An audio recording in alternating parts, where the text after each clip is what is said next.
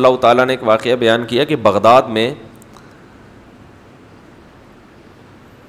ایک دفعہ قحط پڑا تو کچھ لوگ خانقاہوں میں آیا کرتے تھے, بزرگوں کو بتایا کرتے تھے ہمیں عشق ہو گیا ہے کسی عورت سے ناجائز, تو آپ ہمارا یہ عشق ختم کریں. پہلے لوگوں کو یہ بڑی فکر ہوتی تھی. تو کہا اللہ کی طرف سے کیا ہوا کہ وہ ان کا عشق اتر نہیں رہا تھا.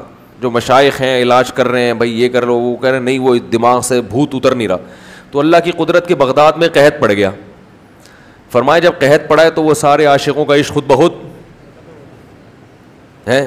کسی سے پوچھو بھائی وہ چاہیے, تم کہہ رہے وہ نہیں, روٹی چاہیے بھائی مجھے کیا چاہیے, مجھے شادی وادی نہیں, مجھے کیا چاہیے, بھلے کالی کی روٹی مل جائے, پہلے کیا بھائی اللہ کا واسطہ روٹی دے دو.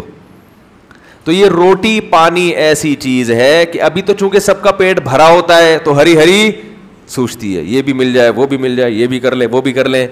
اگر اللہ آسمان سے بارشیں برسانا چھوڑ دے یا رزق ہم سے کھینچ لے تو یہ سارے جو چہکتے ہوئے چہرے ہیں اور یہ سارے جو دماغ کے خناس ہیں یہ خود بخود نکل جائیں.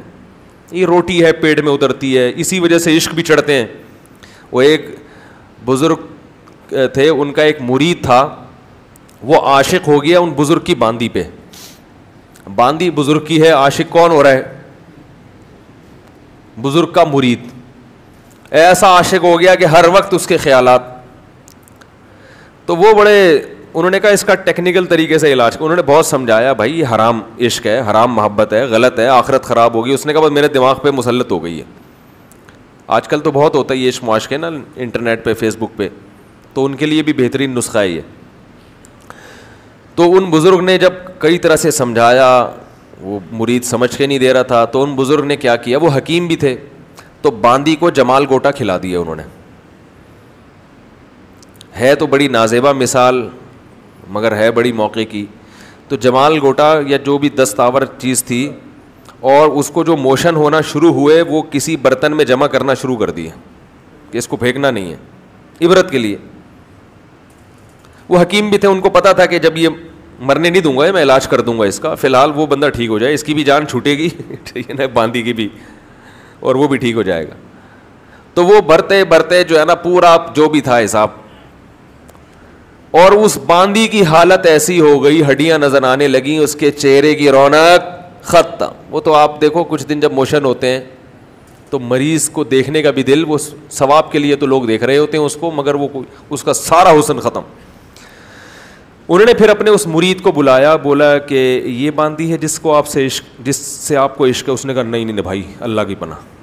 انہوں نے کہا بتاؤ شادی کرا دوں تمہاری. انہوں نے کہا نہیں مجھے نہیں کرنی اس سے شادی.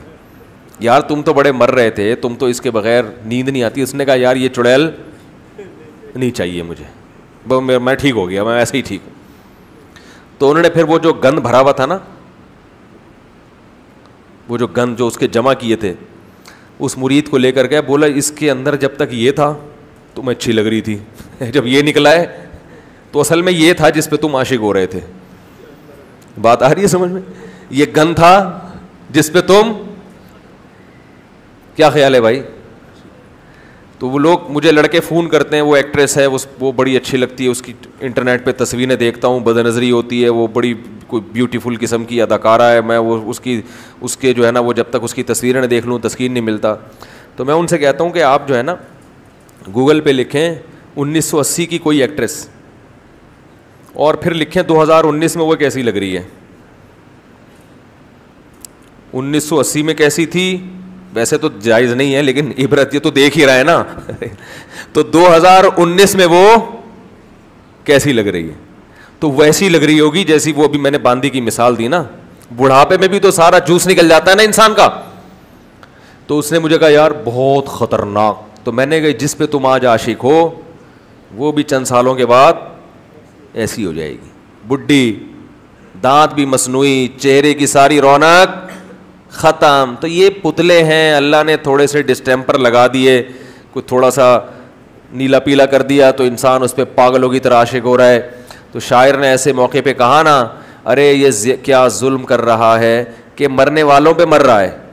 جس نے خود مرنا ہے بڈھے ہو کے اس کی ہڈیاں خراب ہو جائیں گی, جس نے خود مرنا ہے تو اس پہ اپنے آپ کو خراب کر رہا ہے, اپنے جسم کو گلا رہا ہے.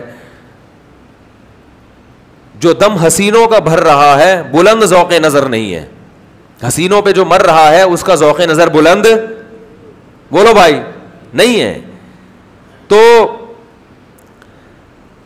یہ بھی کس کی بیماری ہے میرے بھائی؟